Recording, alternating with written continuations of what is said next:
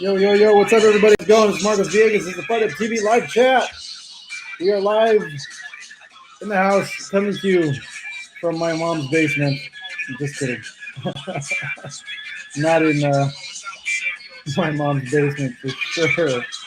But welcome to the Fight Up TV live chat. Man, a lot of stuff that happened over the weekend. A lot of interesting stuff. Trump going to the hospital because he got COVID. He's back now. He's fine, magically. The fight between Zepeda and Baranchyk, which was crazy that I saw today, as well as a bunch of other stuff that we're going to go ahead and discuss. But so far, it's about 90-something degrees here in Southern California. Hotter than Tetas right now. Go ahead and share the stream link with everybody. All your boxing friends, all your boxing homies, to go ahead and join us right now as we are live. Mayo B, what's up, bro? Pain for all. Orderly Way, what's up?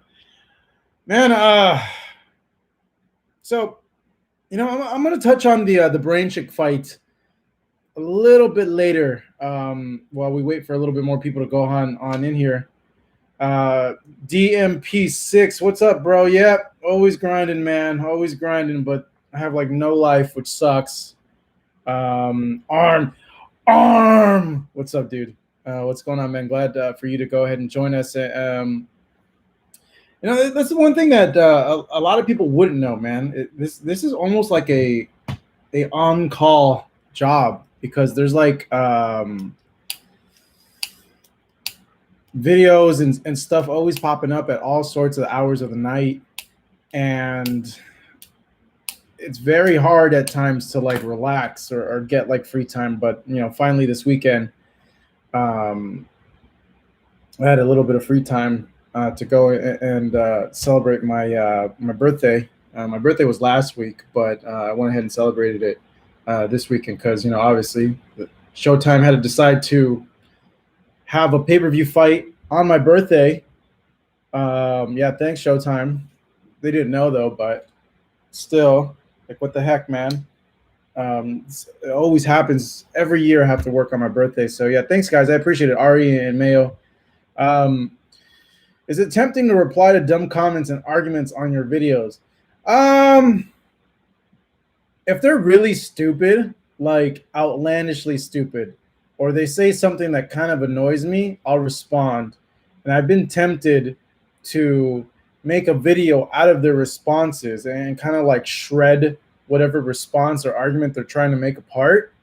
I just don't want to spend the extra time, but I think it'd be hilarious to respond to the dumb comments that people leave on the videos and just kind of rip it or rib with the people and shred their arguments into little bitty pieces. I actually thought about doing that with some of the stuff that I see online with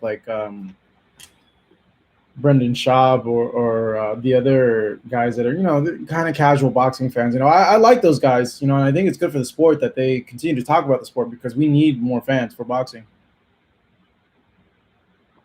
But some of their takes, I think, because they're not very well versed or knowledge in boxing, and they're saying a lot of the wrong things in informing the casual fans about a lot of the that stuff. Why are the LDBC saying you have fake subs? I don't know. I don't talk to those guys, and they're full of big fat donkey-ish because I've never once paid for anything. Everything's organic, So, what people don't understand in general off of YouTube is a big percentage of the people that subscribe to you, because I've talked to other YouTubers. Unless you're a vlogging channel, big percentage of the people that subscribe to you, they're not at times logged into their subscription accounts. They're browsing from their phone that isn't logged in. And a lot of them aren't looking at their feeds consistently every day, or if they're subscribed to a lot of people, they only get to a certain point of their feed and all that. But, I've been getting so much of that for such a long time doing this, how, people say that have said that. People say that I buy my views, which is complete BS. There's other YouTube channels that buy their views, by the way. There's a ton of people in boxing YouTube that buy their views, that have bought subscriptions. Subscribers. I won't add them out unless they really piss me off, because I know exactly who they are. But there are people that go ahead and do that. But we've never done that once. It's just, I don't want to. What's the point of doing that? It pays you no good. But I'm glad. Go ahead, keep talking, because I don't even know half those guys, but they all know us. So, let's see here. Did Carlos Bardera's uncle make it? He was really sick from that video that put you out. Pain for all. Hey, that's a good question, actually. Yeah. So after I did that interview with Carlos and his dad, I kept following up with him, and he told me that his dad did make a recovery. That they were so grateful and thankful that he did make a recovery, and that he's back. He's fine now. He made a full recovery. But that they had a really, really scary moment with him. They weren't sure if he was going to make it or not. Which kind of, I did an interview with Leo Santa Cruz. I want to say last weekend, and I was about to pull it out right now. Go ahead and upload it, but we uploaded this clip of Devin Haney that's on there. And yeah, he had heard, but I didn't know, and I didn't even bring it up, because I didn't know if it was going to be a sensitive subject or not. His dad went through something similar to that. His dad almost died. That's why he got the tattoo on his arm. So we kind of talked about it, about him going through that, and the family thinking that his dad might pass away from it. I'm going to release that interview. I don't know if right after this or tomorrow morning. I'm not sure. But if you missed anything from today, we got a bunch of stuff with Teofimo Lopez. He's talking about his fight with Vasyl Lomachenko coming up on the 17th of October. And we also uploaded a bunch of clips over the weekend with Leo and Jose Ramirez and Sergey Baranchyk breaking down the Lomachenko versus Lopez fight, which is going to be a great fight, man. I can't wait for that. I really, really can't wait for that fight. It's going to be a great fight. Having a birthday at a live fight is literally the best ever. Yes, if you're not working, because if you're working, you can't celebrate or drink, and you're stressed out because you're working. And that's a lot of my birthdays have been like that, at live fights. I like the channels that show fighters highlights, video of the past fights up to date. That could be a little tricky sometimes, because getting the footage, and then Showtime is like really strict with people using their footage. Like, they flagged an interview of mine from like 6 years ago recently that I did with Austin Trout, because we had a clip of Mayweather Maidana 1, which wasn't even from their channel. It was from Box Nation, which had the rights, and they went and they flagged us for that, which I thought kind of weird. But whatever. It's a 6-year-old interview, so it's not like people are seeing it much. But I found it kind of random that they went ahead and did that. Did you ask Leo about Russell? I did ask him about Russell. We spoke for about 30 minutes in depth about everything, man. About camp, about his dad almost dying, about what happens if Tank misses weight, if the fight's still going to go through, if he feels that Tank will pull what Floyd did against Marquez, and just come in a little heavy on purpose, and pay him off to get that advantage. And we talked about Teofimo Lopez fight with Lomachenko, what he thinks about Gary Russell, and the Charlos. So me and Leo talked about a lot. The interview is about 36 minutes. So I'm either going to release it right after this, or I'm going to go ahead and wait till the morning. I'm not sure yet. YouTube's weird, man. Sometimes people, like today, it's Monday Night Football. So a lot of people watching football, they're not on YouTube because they're watching football. A lot of the audience, there's so much more to this that people don't really think. But you got to release your videos when the audience is there watching. And like, say for instance, if I were to release a video during the presidential debates, we had a fight during the presidential debates. And it just slipped my mind. If I would have known that, and yeah, you're right, baseball's on too, and basketball. You know, if I would have known that, I would have scheduled the fight for the next day because a ton of people were watching the debate, and people want to see the debate. At least here in the United States, they don't. We had a live fight, so it's YouTube's so weird sometimes, man. It's a strange way to make a living, to be honest, because there's so many other like outside factors that are in play, and then everybody copies you. So at least in this, everybody copies you, and I start doing side by side, and everybody starts doing side by side videos. Someone does something, a thumbnail a certain way, everybody does that thumbnail a certain way. Same titles, and yeah, it's YouTube's a weird little hustle. Who's the boxer that you've interviewed that was surprisingly articulate as far as speech and smarts? Is the Valentino interview with Angel Garcia the most awkward and intense interview you've ever had? So the first question, the other thing I do want to put, I'll bring it up in a little bit. Because I want to get your guys' feedback on something.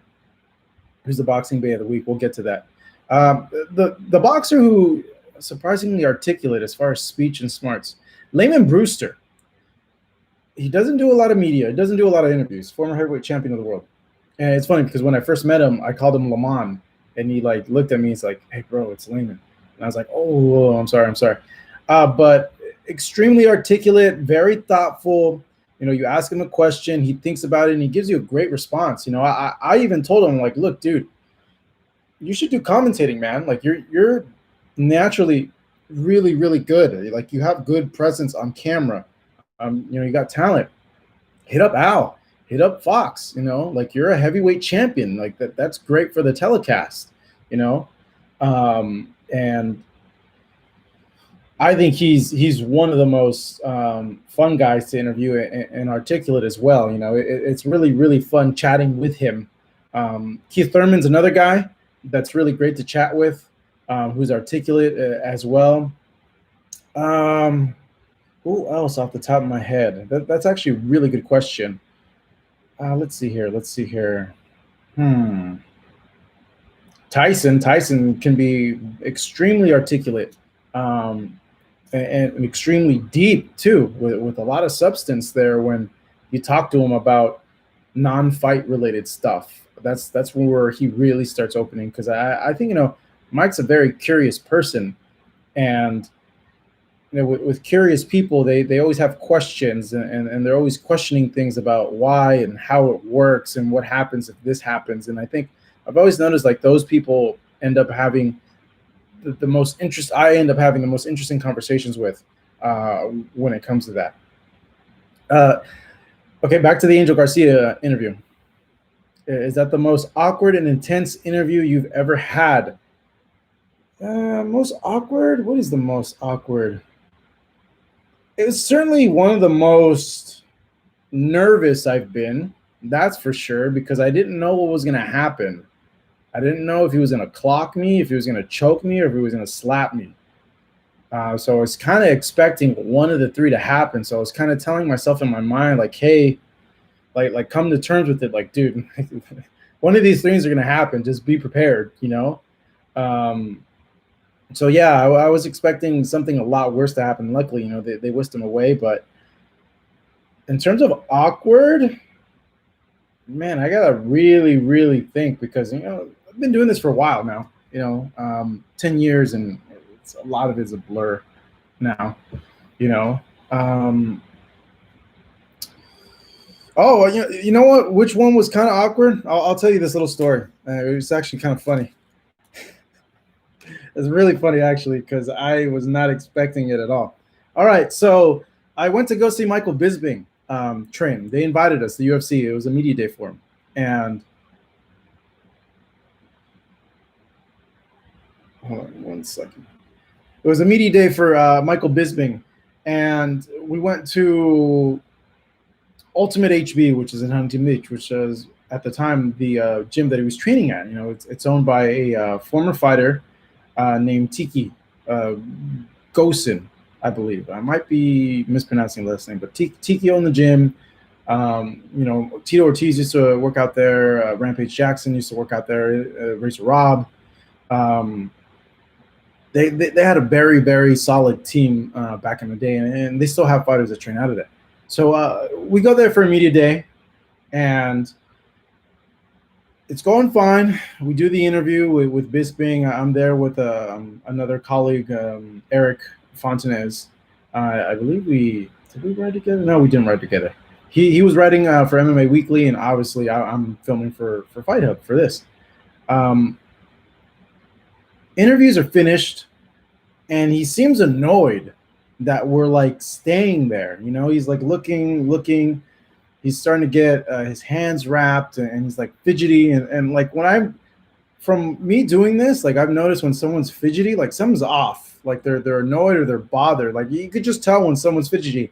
Like I noticed that behavior with Paulie when he confronted Connor during that Las Vegas media week. Like I knew something was going to happen because he was acting really, really strange. He was being very, very fidgety.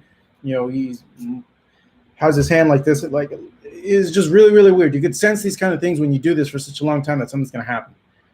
So he was kind of displaying the same stuff too. Okay. So he turns around to us and literally says, "What the F are you guys still doing here?" And we're like, "What? Like, what is this guy saying? Like, what the heck?"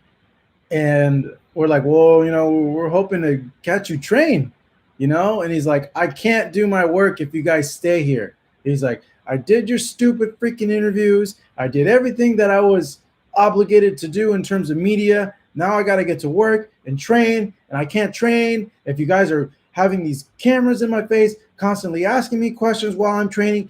Get the hell out of here. Get the F out of here right now." And we're like, what the heck is going on? So Eric's a funny guy because, Eric could be a dick. So Eric goes, "Oh, okay, you're going to be like that? All right, we'll leave, no problem." Like, yeah, no problem, whatever, So we leave the gym, and Eric's like, "I'm not writing a story on that guy. And I'm going to tell his PR people that I'm not going to write a story about this guy." Like, that was rude, And I was like, I'm still going to upload the interview, but, I got a point. Like, I don't write, so, So he called the people. They didn't answer, and he left a message like, "Hey, this is Eric. Yeah, Michael Bisping kicked us out of the gym, and he went off on us. And, I was going to write this feature calling on him. I don't feel like writing that feature calling on him anymore because of that. So thanks." And he like hung up, and I was like, man, but that was pretty awkward because he legit was seemed annoyed and irritated that we were there and bothered. That time with Boom Boom live on camera. I know Boom Boom real well, okay? And I know how he is. He didn't mean it, and I know because we talked after. It didn't come from a malicious place, It came from like he busting my balls, like it came from a place where he's joking around. But I was vindicated, obviously, after because my score was what the judges had during that score. But we did get talked to, that's for sure. After the show, we got emails from our bosses saying like to me like saying, "Hey, don't word what you were wording that way." And then I'm sure he was told something as well, like, "Don't berate the talent that you work with." But I love Boom Boom, man. I miss working with him, to be honest. He's not doing the FS1s anymore. I'm not doing the FS1s anymore for this year, which sucks. I'm bummed out about that. But, this COVID thing has messed up a lot of things, a lot of layoffs at a lot of different sports companies. A lot of people getting permanently laid off, not just temporarily laid off. Like they're, so it sucks, but it is what it is. It is what it is. So just wanting to get back to work for these next fights that we have, hopefully on Fox. So yeah, to answer your question, yeah, I would say that Bisping interaction was kind of awkward, but for the most part, I don't think I've had really Yeah, okay, there is one. There is one. I'll tell. Should I say it? I don't want to get in trouble.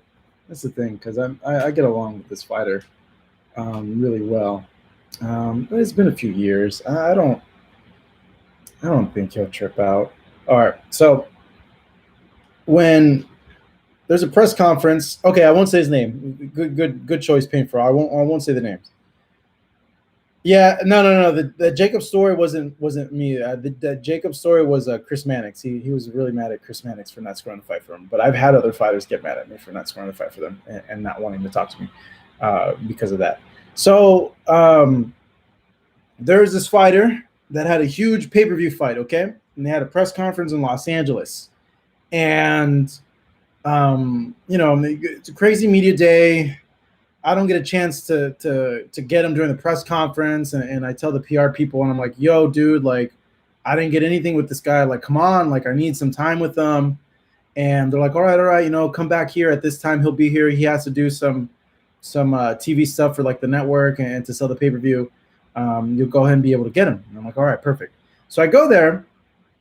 I'm doing the interview, and I asked him a question that I think really got under his skin about how, like, fans said that he didn't really deserve the fight, or like what has he done to get a fight with this fighter. And he, like, looked at the camera and said, this is my message to you. And, like, he flipped off the camera and said, like, F you. And, like, he walked off. And I was like, we're not done yet. Like, hold on, get back over here. Like, why are you feeling like this? Like, what's the deal? And he goes into it, like, people act like I don't deserve this. Like, I busted my whole entire life to get, this type of opportunity, We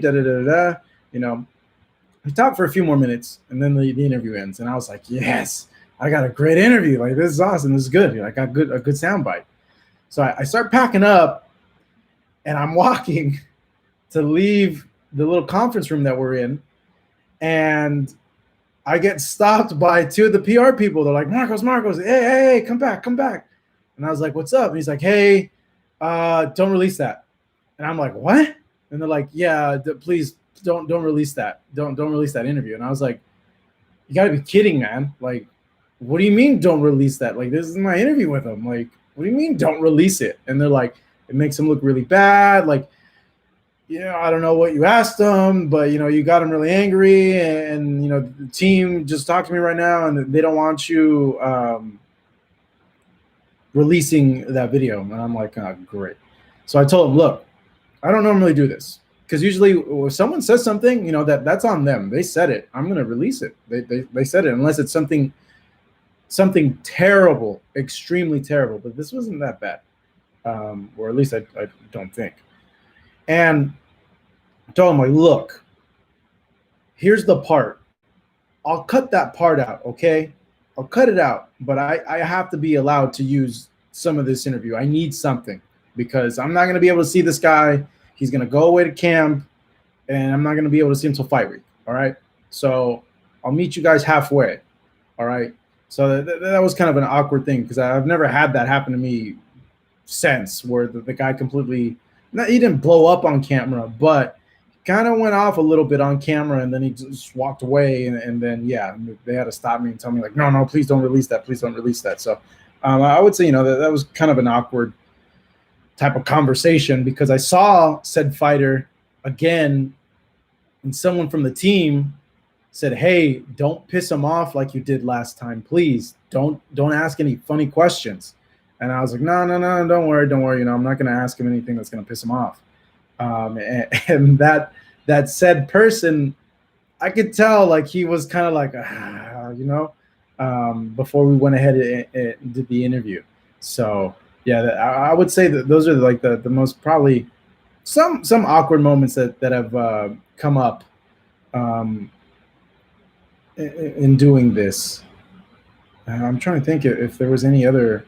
Obviously, like, there's times, and it's all of us in this field, we'll go into areas where we're not supposed to be at.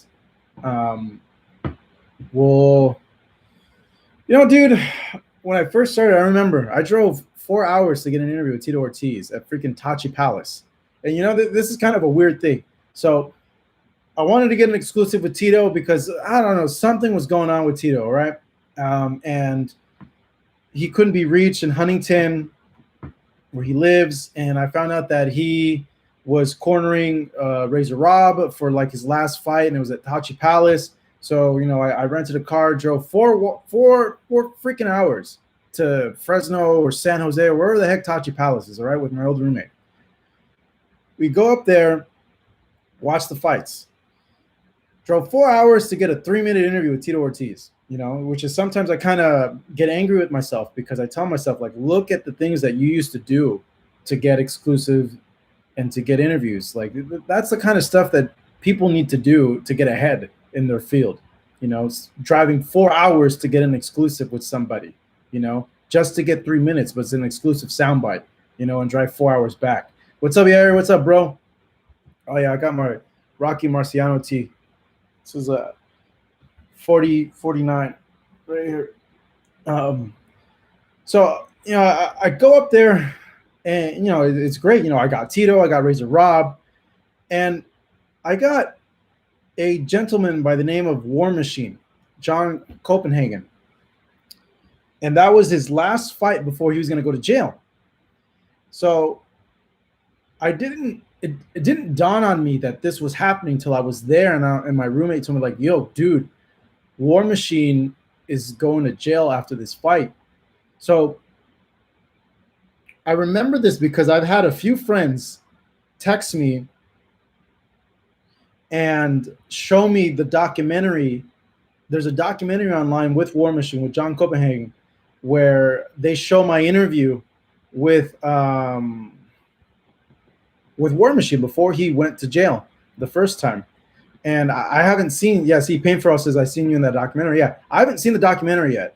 So I don't know what part they took from the interview. I don't know how they framed the story. I don't know how it came out.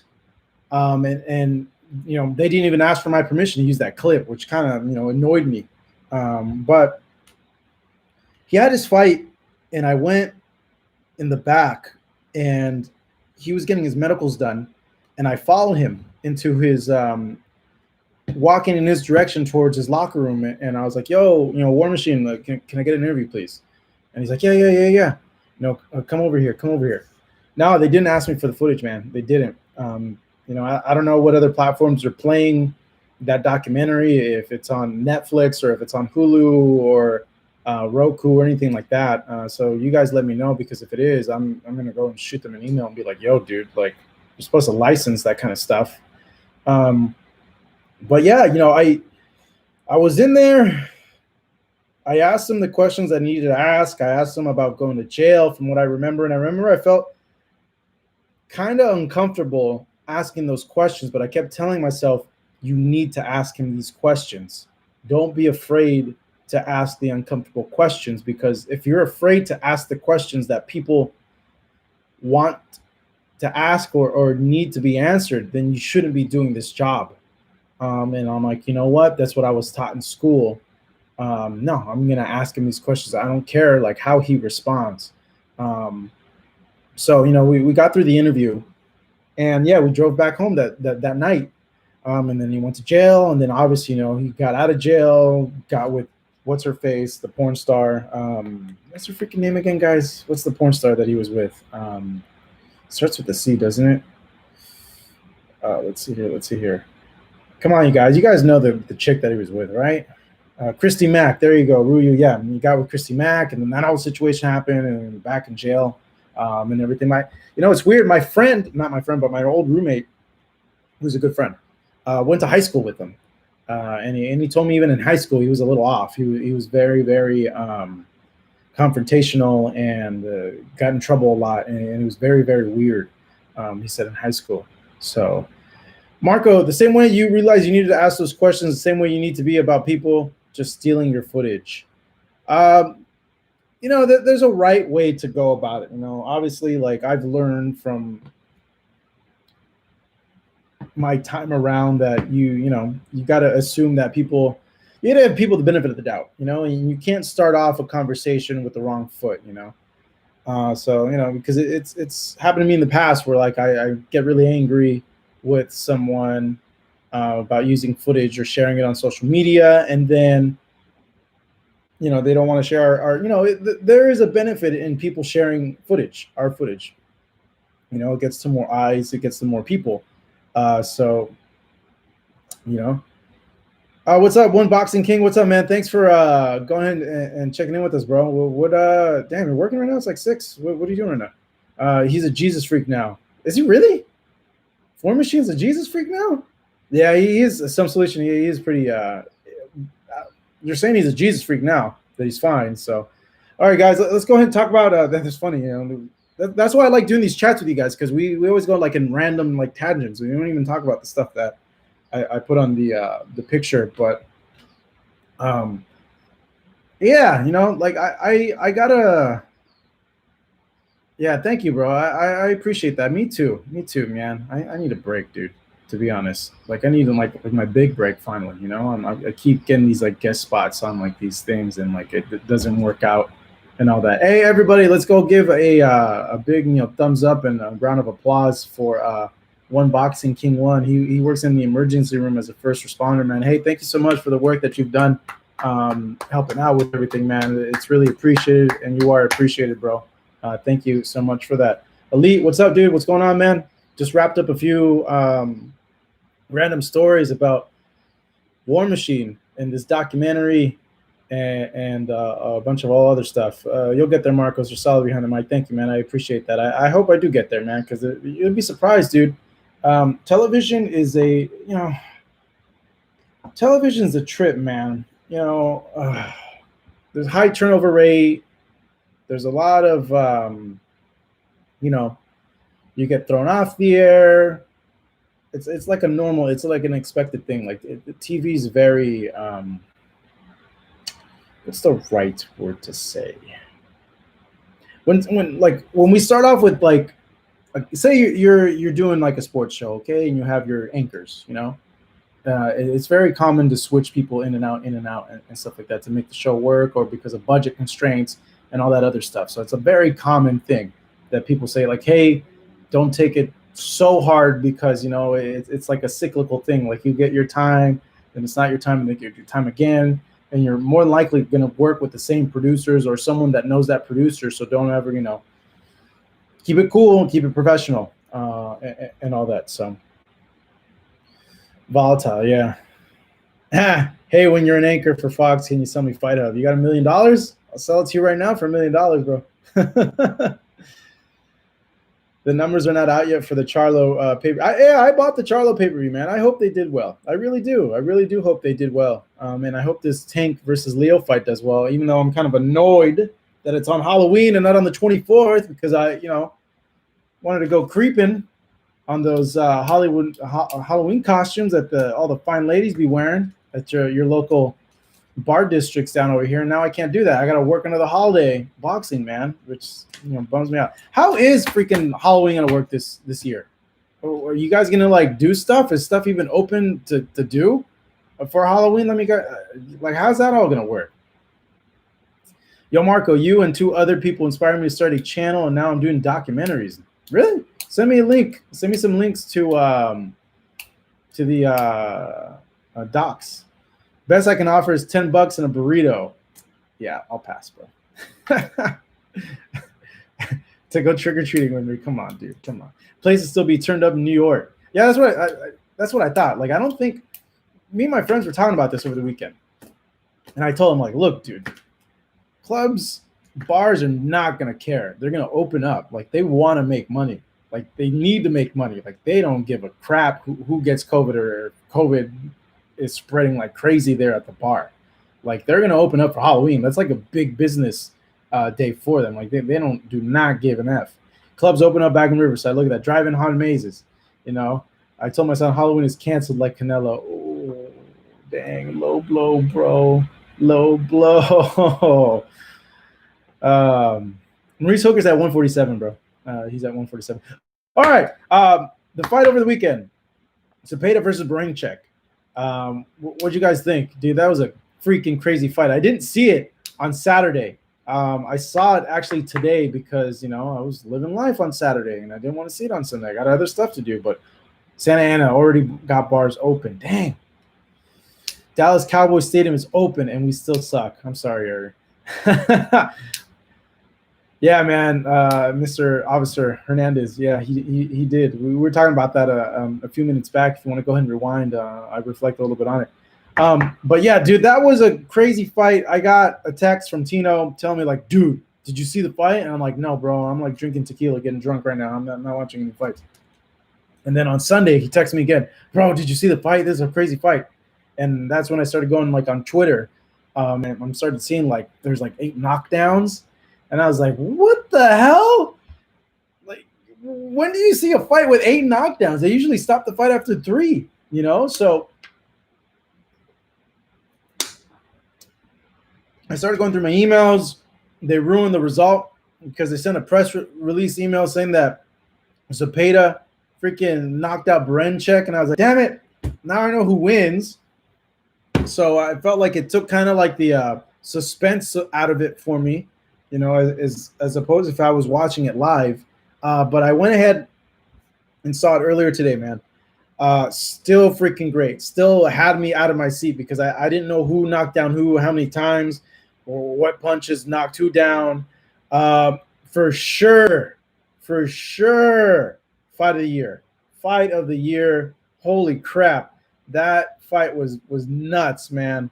I think after about like the 3rd knockdown, I was kind of getting a little bit worried about Baranchyk because he seemed the punches seemed to affect him more, at least through my eyes, than when Zepeda would get caught. Even though he was getting up right away, Baranchyk, after he got punched. 8 KOs. What the F? What fight are we talking about? I missed it, dude. This fight was nuts, man. It was on ESPN Plus. So if you have ESPN Plus, go back and watch it. It was Jose Zepeda versus Ivan Baranchyk. This fight was freaking nuts. 2 knockdowns in the first round and then knockdowns again in the second. So it was a crazy freaking fight, man. Nathan, yeah, definitely fight of the year. It was a great award, man. We don't see a lot of those fights, you know. And it was, you know, Baranchyk just he just threw caution to the wind. And yeah, I know he fights very aggressively, but those are the types of fights that you don't want to have as a fighter. Like first off, because you don't end up the same. And then when the fight was stopped, how he laid there for like a few minutes. Yeah, not a good sight you want to see. You know, obviously they're being precautious with that. You know, Zepeda's probably going to get a title shot at that weight, 140 pounds, I believe. He had a good showing with Ramirez. You know, the Ramirez fight, you had a lot of people saying that, you know, maybe should have gotten a decision. Maybe. But man, it's very rare for me, okay, because I've seen so many fights live. It's extremely rare for me to go crazy over a fight while it's happening. And here's the thing: it's like we're kind of conditioned when we're there watching the fight to show no emotion, because they say like, hey, you know, no cheering, no applauding, none of that, because you know it's unprofessional. No cheering for one fighter or the other, because you got to be impartial, you got to be neutral. It makes you look bad and not objective, you know. So everybody on press row is like usually emotionless during fights, even crazy fights, even when there's a crazy knockdown, usually emotionless. I've kind of gotten out of it because, hey, if something crazy happens, I'm gonna, you know, because at the end of the day, I'm a fan just like you guys. Like, I love watching this stuff live, you know. And if I feel like a fighter deserves applause or something like that, or if it was a great freaking round, you know, I'm gonna go ahead and applaud. I don't think I'm being unprofessional by doing that. You know, I'm showing the two guys fighting in the ring respect, actually, by giving them applause and doing something of that sort. But for the most part, when you're there, yeah, be like Steve Willis. That'd be hilarious, right? Do a little reaction video, with, you know, as Steve Willis.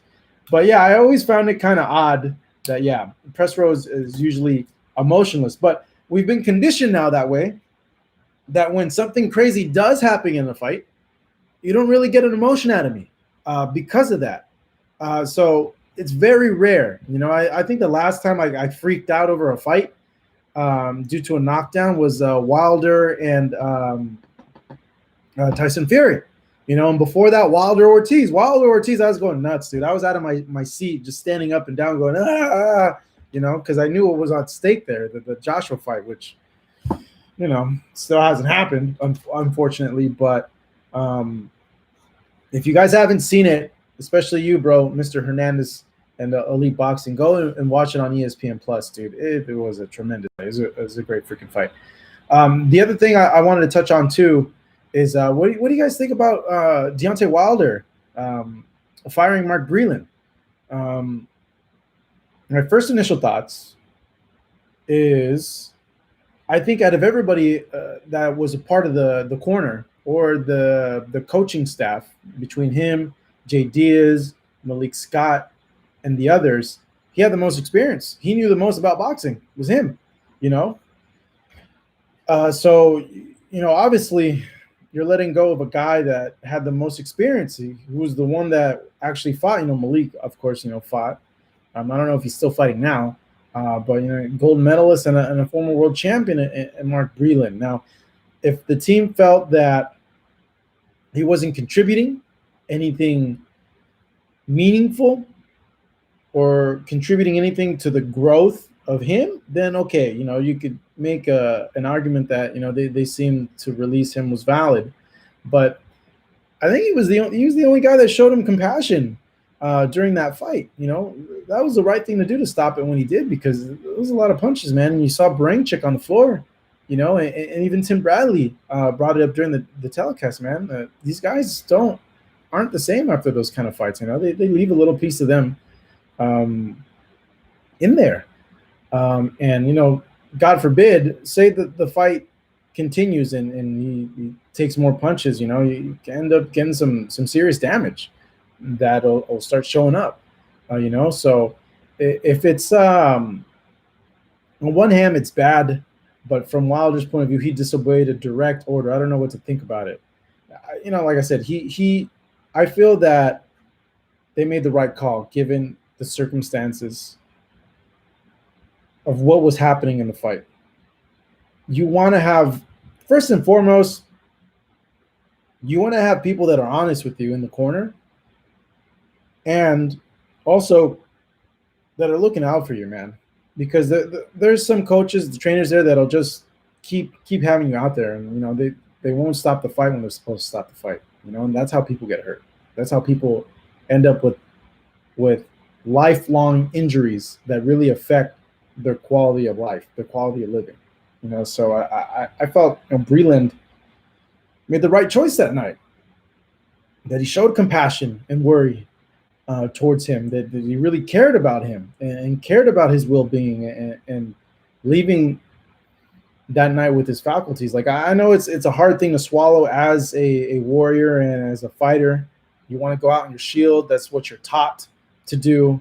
And if you capitulate, quit, a little bit of your pride goes away. You get like a besmirched mark of dishonor if you go out that way. So it's not in these guys' DNA to want to go out like that. They do really want to go out on their shield. They want to go out swinging because that's what they're taught, what they're raised up on. But you also want people that are looking out for your well-being, man, because at the end of the day, none of us are going to be there when you're in the hospital. We're not paying your medical bills, We're not checking in on you and everything. You want to have as much as your faculties as you can after you're done fighting. So you need people that are going to look out for you and have a word for you. So, the only thing I can think of is they just didn't think that Breland was contributing anything to the growth of him, or it could be that he was mad that he went ahead and did that, disobeying orders. But, I think the consensus is that he made the right decision to stop it when it was stopped. So I definitely thought it should have been stopped. But on the other hand, Wilder literally always gets his butt kicked every round, and then he knocks the guy out. But he got knocked down twice.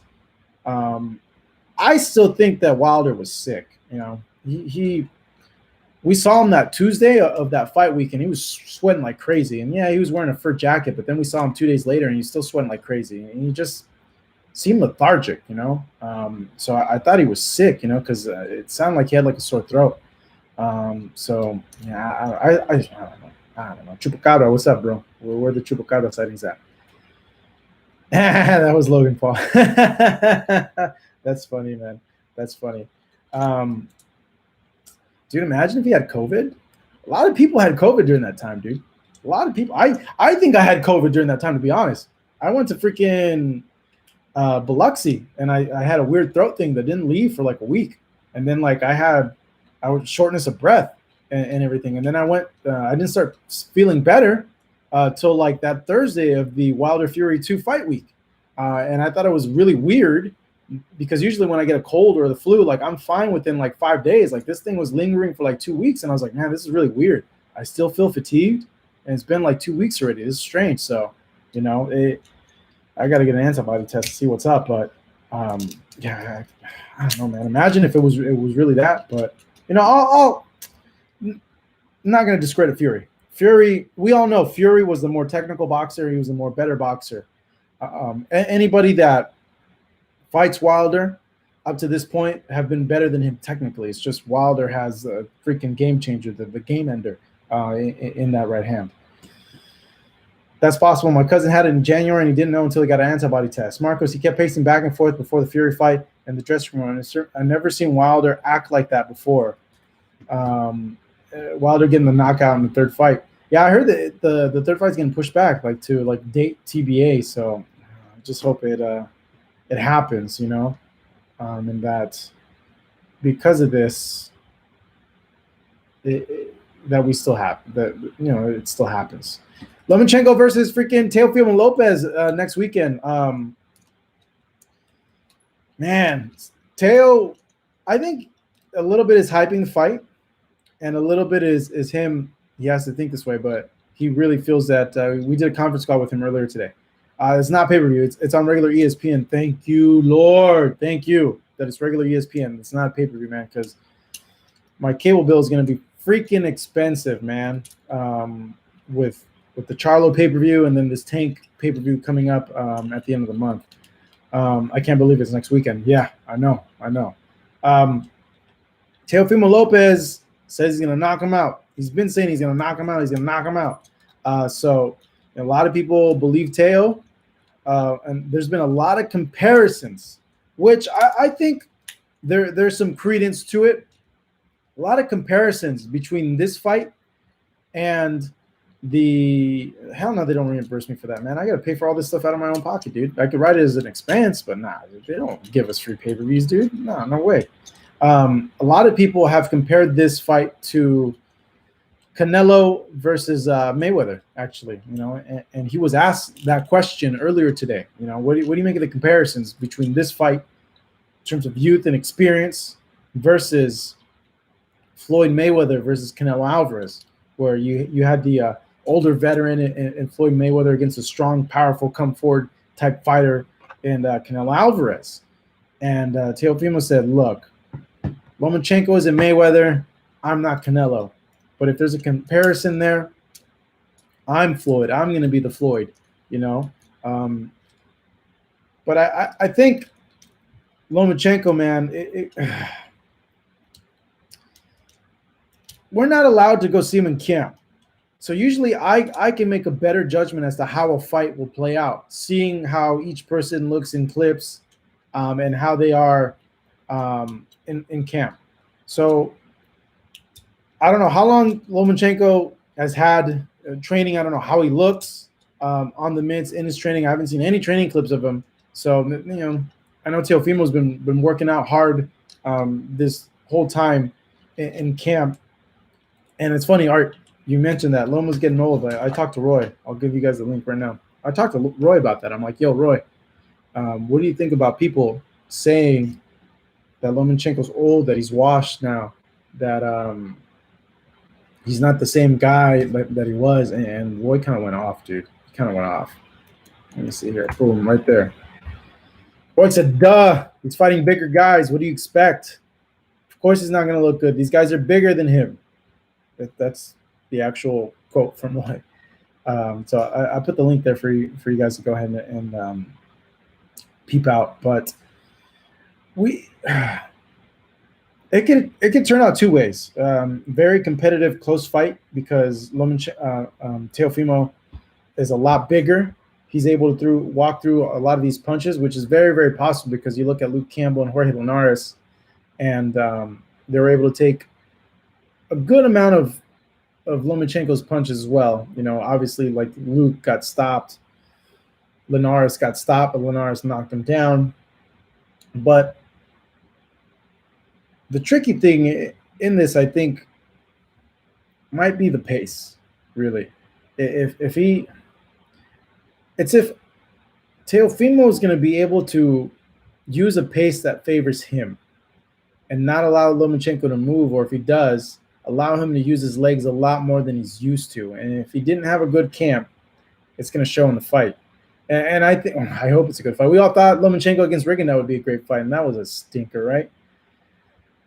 I don't want to hear any excuses once Lomachenko gets knocked out. Roy's always cranky these days. I didn't think he was cranky. I share that sentiment. I've been telling people this. You know, I don't think, you know, maybe he is getting a little older, Lomachenko. But, you know, a big reason why he hasn't looked as dominant or hasn't made people quit like he did in the past is because these guys are bigger and they're able to take those punches better. Those punches don't have as much of a damaging effect as they would a guy his size.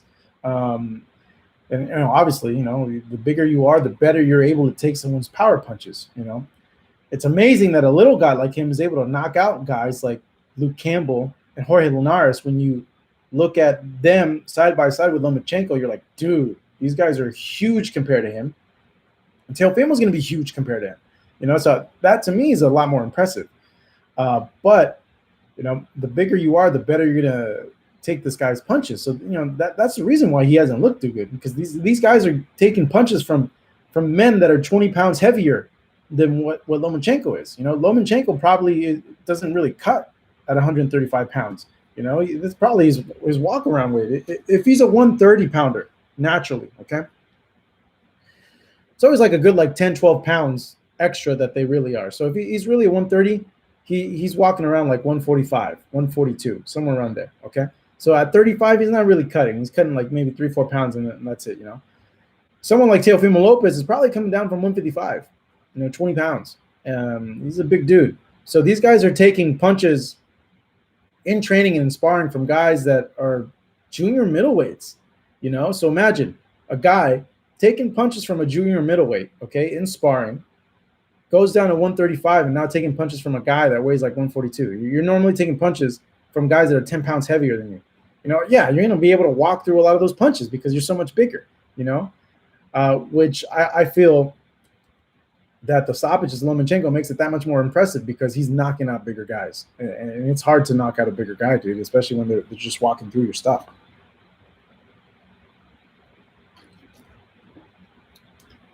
I think Loma weighs in the 150s, and he's 140 10 days out. You know, 5 more pounds. If he's at 150, that's interesting.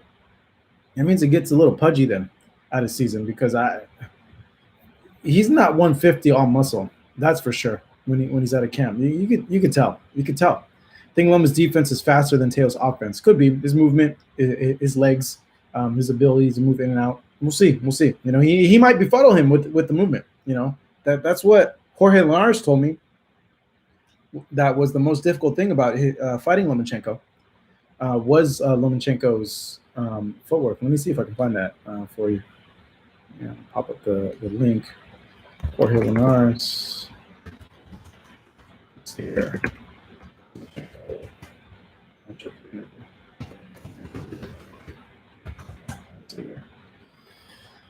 Okay. What makes Lomachenko so good? So I did this interview with Jorge, and he said it's the movement, dude. Like the movement befuddles you. He's like in and out. You don't know where the heck he's going to be, where he's going to land the punches. He's constantly making you think. There's a link right there. Just dropped it for you guys to watch. So yeah, man, it happens next week. I can't wait. All right, so I got an interview with Tank Davis tomorrow and with Jaime Munguia on Wednesday. So go ahead and I've done this before when there was a community tab there. Hey, if you guys have any questions you would want to Ask Tank or Mungia. Drop them down right now, dude. I'll give you guys a shout out during the interview. I'll tell them like, hey, this is a live chat shout out. Some of our viewers wanted to ask you some questions and all that. So yeah, I'm good. I'm a little tired, bro. I woke up a little early today, so yeah, I am a little tired. But yeah, go ahead and send those questions away for like Tank and Mungia. Hey Marcos, after her next fight, can we? Denise to try to co-host the show with you. Yeah, if I could figure it out. I don't know how to have multiple people on in live. I got to go and research it and do that and see if that would be possible to do. But yeah, no, I would love to do that. I've been wanting to do live interviews, but I just haven't figured out how to do live interviews on YouTube Live. I know Yair, I don't know if he's still on here, did a live interview on his YouTube channel with me like a while back. But I don't know how to do that yet. Tell Tank to fight the Loma Lopez winner. No ducking. Okay. Ask Mungia how long he plans on staying at 160. I think this is his first fight at 160. But I'm going to give you guys all a shout out. I'm going to ask her questions. I'm going to write them all down. I tried to interview Oscar, man. I can't get him. I can't get him. Will Tank fight Ryan Garcia in 2021 after beating Santa Cruz? That's actually a good question, bro. That's a good question. So keep the questions there for Mungia and Tank Davis, because yeah, I'm gonna be talking to them tomorrow and on Wednesday as well.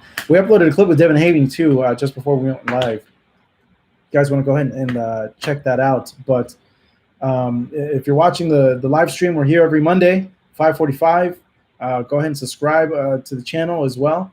And thank you so much for that. And follow us on social media at FightUpTV and myself at Hey, it's Marcos V. All right, guys. Do you think Gamboa is still solid? I don't know. Devin should beat him pretty convincingly, to be honest. Should beat him pretty convincingly. Should he knock him out? Yeah, I think so, because Gamboa...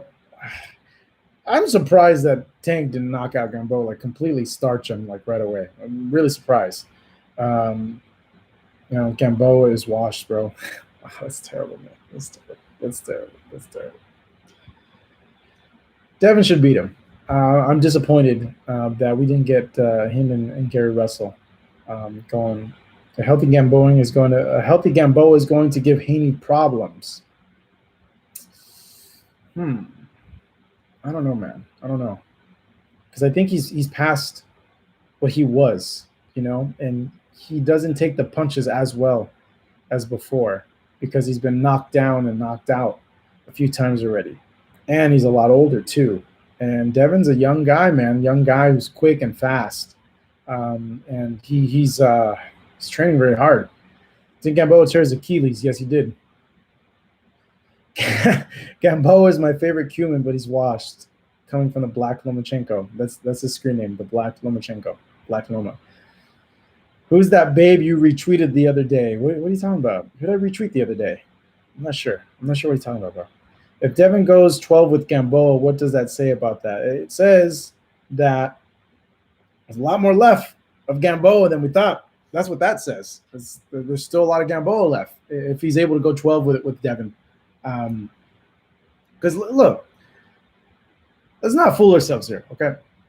Devin's a blue chip talent. Like you could tell, okay? You could just tell by the stuff that he does in the ring. Devin's really freaking good, okay?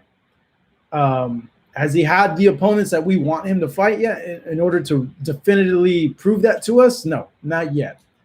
But you could just tell with guys when they're really good and they show a lot of promise, okay?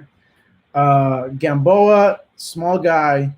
I don't think he can punch as devastatingly as he did before at this weight at 135. It's a like they were doing with Tank. This is a showcase fight for Devin. He has to defend his title, and I think the promoters are hoping he looks spectacular in there with Gamboa, so they could say like, look, this guy went 12 with Tank. Look what we did. We knocked this guy out. To put more pressure on those guys to get those types of fights with them, even though Haney's a champion. He shouldn't have any problem getting those fights now because he is a world champion. Santiago was good. Gamboa was too small for the weight. Haney's a great talent, but someone like Fortuna could give Haney major problems. Yeah, a lot of people don't look good against Fortuna in general because he has a very awkward style, very, very awkward and very, very herky-jerky, awkward movement. I was looking forward to that fight with him and Linares. I hope it still gets scheduled, to be honest, because that would have been a good style-wise fight. Devin has more dedication than Tank. Just look at them on their offseason. Tank turns into a barrel. Haney's dad is wild. Gamboa and versus Manny at 126. I would have picked Manny. You know what? Yeah, because of his punch resistance. I think Manny would have caught him with something and knocked him out. I'm looking forward to that as well. All right, guys, I'm going to go ahead and end the live chat. I got to go get a workout in. So I appreciate it, guys. Thank you so much. Keep leaving the questions in here for those two guys. I'll go ahead and pick some of the ones. I haven't been to a live fight yet with no crowds, man, so I can't tell you, and they haven't really told us if they're going to go ahead and let us into the fights to cover. So we'll see what happens, man. But hey, you guys, thanks so much. Next Monday, man. Next Monday, live chat. We'll talk about more more Teofimo Lopez versus Lomachenko and other stuff that happens. All right, make sure to go ahead and subscribe. And follow us on social media at FightUpTV as well. Give me a follow too at Hey It's Marcos V. Thank you guys. Appreciate it. See you guys next Monday. Peace.